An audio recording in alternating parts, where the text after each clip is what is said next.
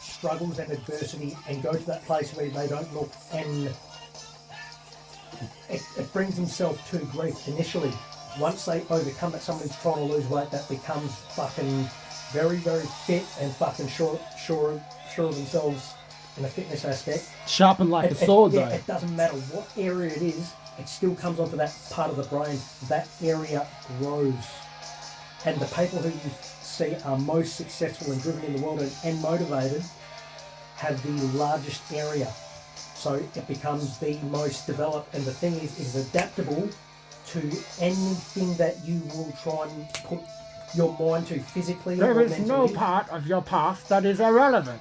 The base of your mind is built like a staircase. Imagine if you, in your life, halfway up, decided that the first few steps were no longer relevant, and yet you wanted to bring with you a family. Now that is not possible, this key because the area to your brain, foundations of what could you have say, learned is are no the longer actual relevant. foundation and key for surviving in the very most basic instinct. You're driven to do something out of your comfort zone to succeed or whatnot, rather than just give up and die. It's what is it? You could call it the hope land in a sense. I don't like the word hope. Do you know why?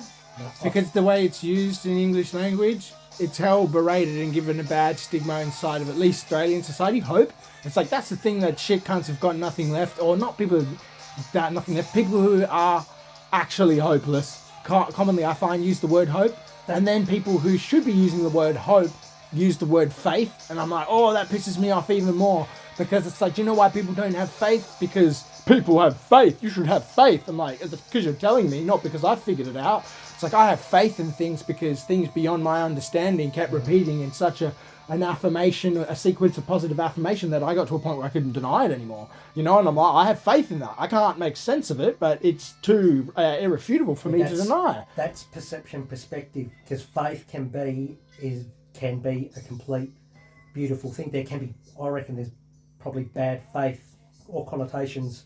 There's bad connotations to faith, specifically because it pertains to often or whatnot religion, hope. This is where it got broken down, man. Religion wasn't a thing.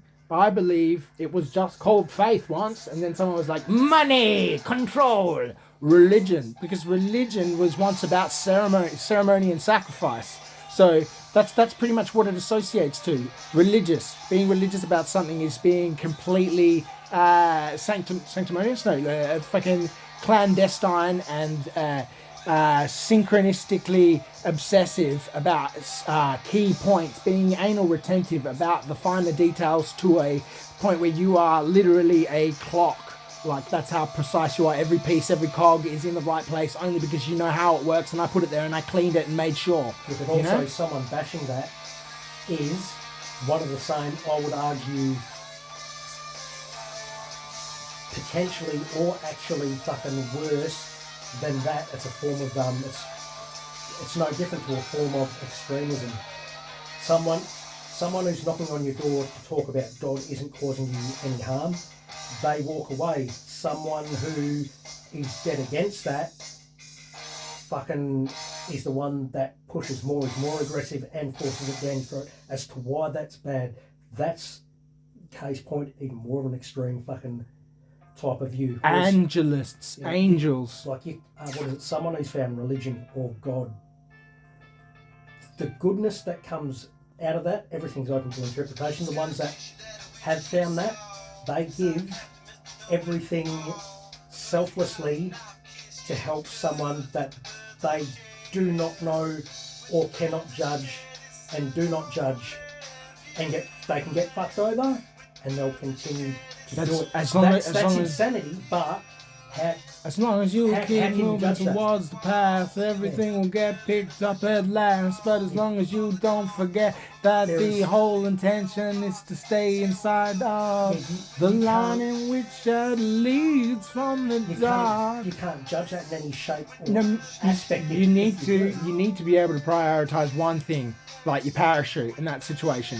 There needs to be a parachute function. Other than that, if you keep walking, any person, like in life, I truly believe I am a person of this world and I exist amidst chaos fairly fluently.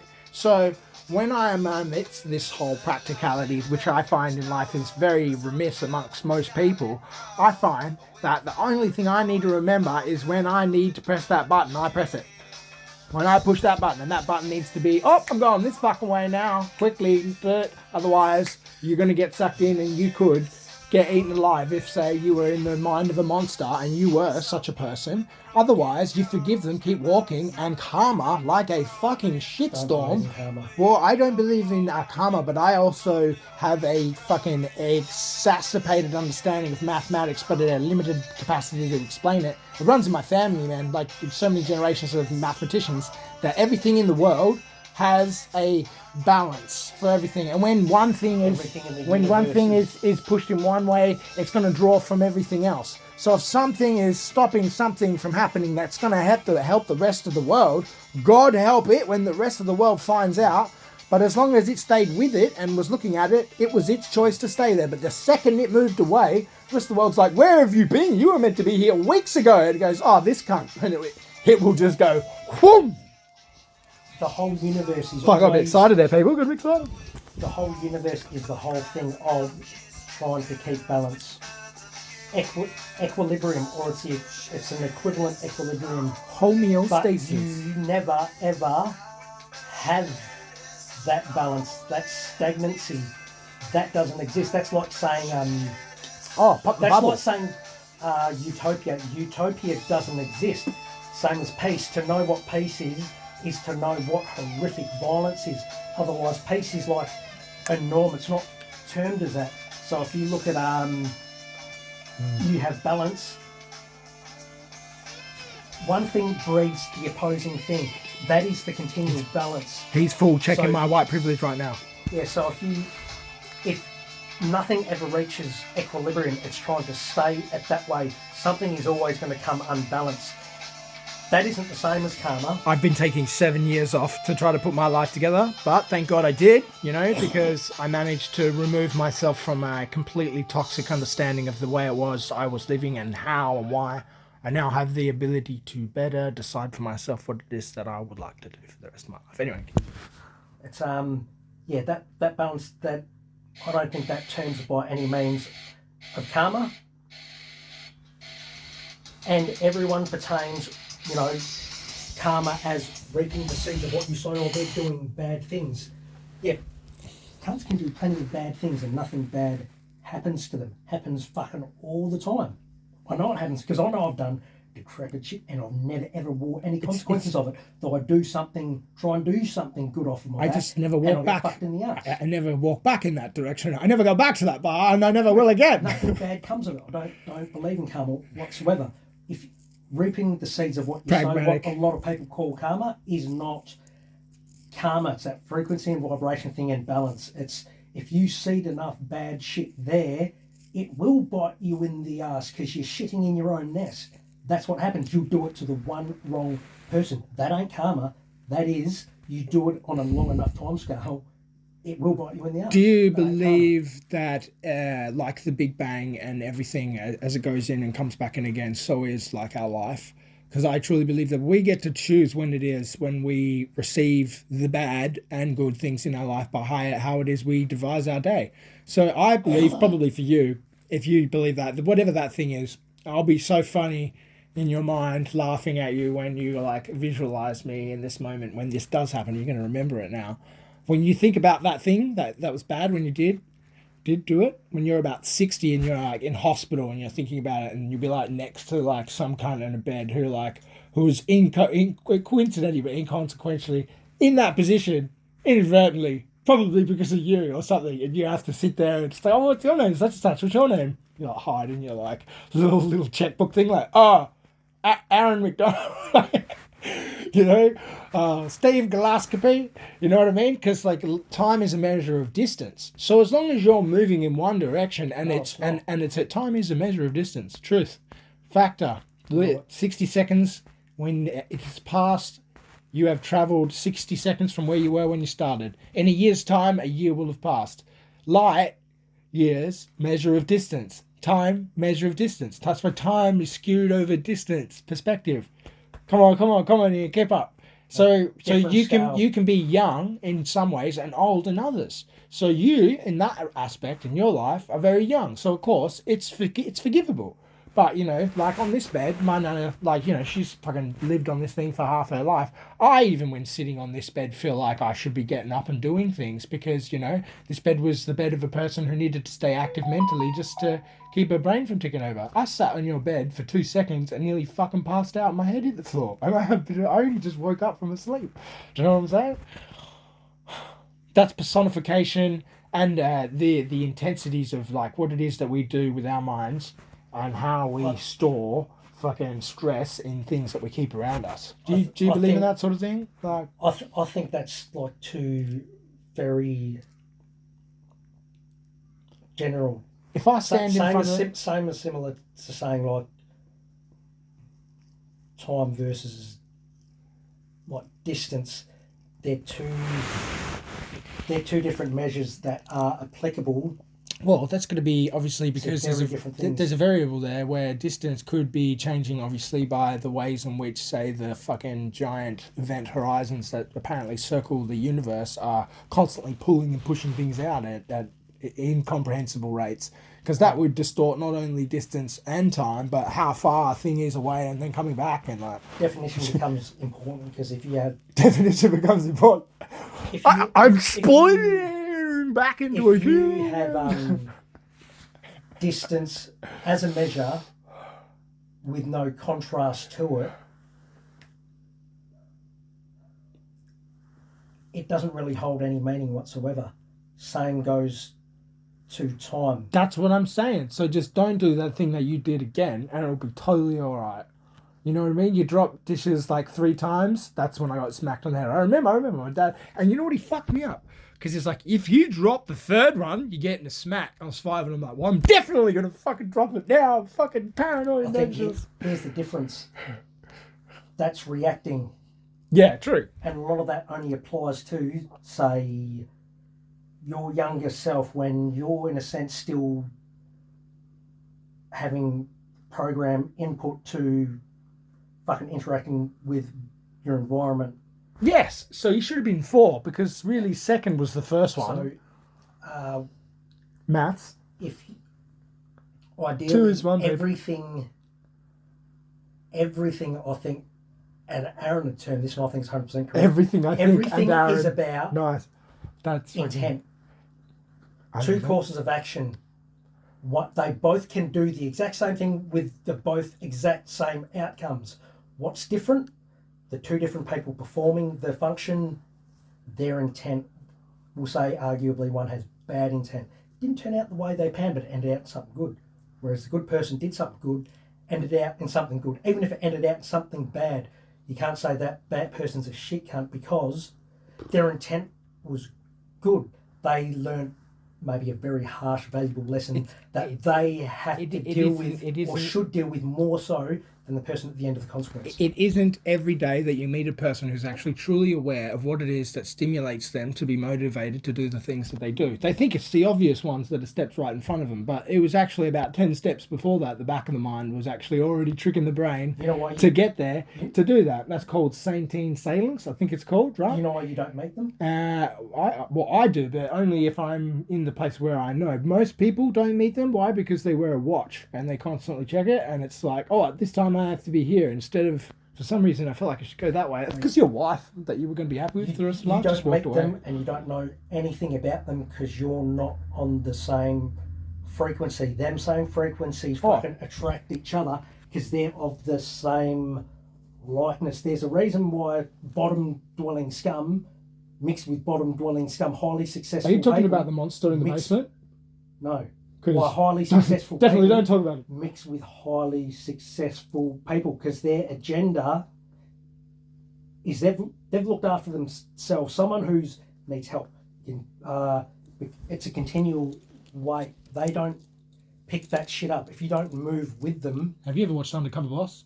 Yeah. If you don't move with them in the same manner, that's why you won't bump into them. Bootstrapping. Because if you're looking for that, say for example, You're already on that wrong frequency. On that level, so you can syncopate. They do it in church, like lots of like say Greeks. You know, they do the whole thing where the dance of the Zorbas, where they all dance together and they come in and they come out. That's meant to unify them in the same sort of way that light photons, when they move at the same time, join them. So no matter how far across the vibrating at the same frequency. But it's the same thing as thoughts, physical actions, even muscle impulses can truly be programmed into just things going on at the same time. In that, humans are like computers, completely programmable. It's insane. It's all up there. The rest is material. It's all about staying plastic if you don't want it to occur to you in a way in which you aren't aware of before it happens. Because when you laugh, or when you're happy, or when you leave yourself vulnerable, and then say you sympathise with the person, it quite literally leaves these parts of your brain open for sharks, say, to come in and just like poke at it, and then change the way you are, and then steal your energy at the same time. Bob Proctor termed it fucking brilliantly, and he's saying be the guardian or gatekeeper to your own mind. There's a lot of information and a lot of things out there that's pushed at you. Be sure what you know you're letting in. Only you are responsible for that. Same as intention. So if you're naive, innocent, This is easy. certain aspects become of detriment. Know what information you're programming yourself with. Anyone can try and throw a program at you. Only absorb and let through If it works. what you know is beneficial. See, that boils back to intent. If you've got bad will, This is why you don't do drugs, kids, because otherwise you're left to the programming of people who have no mercy, picking out their teeth with giant Bowie knives. When you finally realise who you are, mum and dad are gone, they're never talking to you ever again. Those are the people that are left to love and direct you for the rest of your life. If you have bad intent, be nice to your family. If you have bad intent, you'll let in certain tools or ways to do shit that's of detriment to everyone else. They ultimately lose in the end as well, because nobody wants so that's a reactive to have anything to do with them. That's a reactive, not an irrelevant. That's a that is a malevolent distraction. Yes, malevolence. They're seeding their own demise as well as everyone else. 100%. But as long as I've got enough followers, as long as the thought stays alive, the imaginary thing that is inside of, that is constructed by the thought, could exist only as long as enough people know about it. It's it's narcissistic and fucking psychopathic. Conjecture. Yeah. So it's like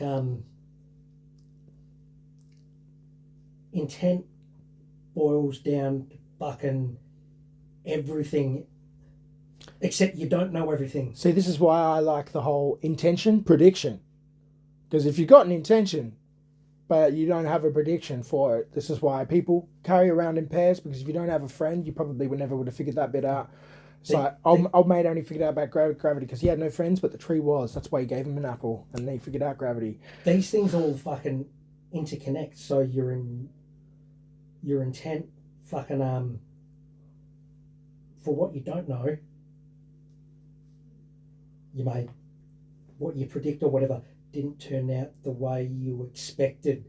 Sometimes you don't know, and it's that leap of faith. If you don't have hope, if you don't do shit with hope, in a sense of hope for what you don't know, you can't know everything, and you can't always get the answers. You can ask for help.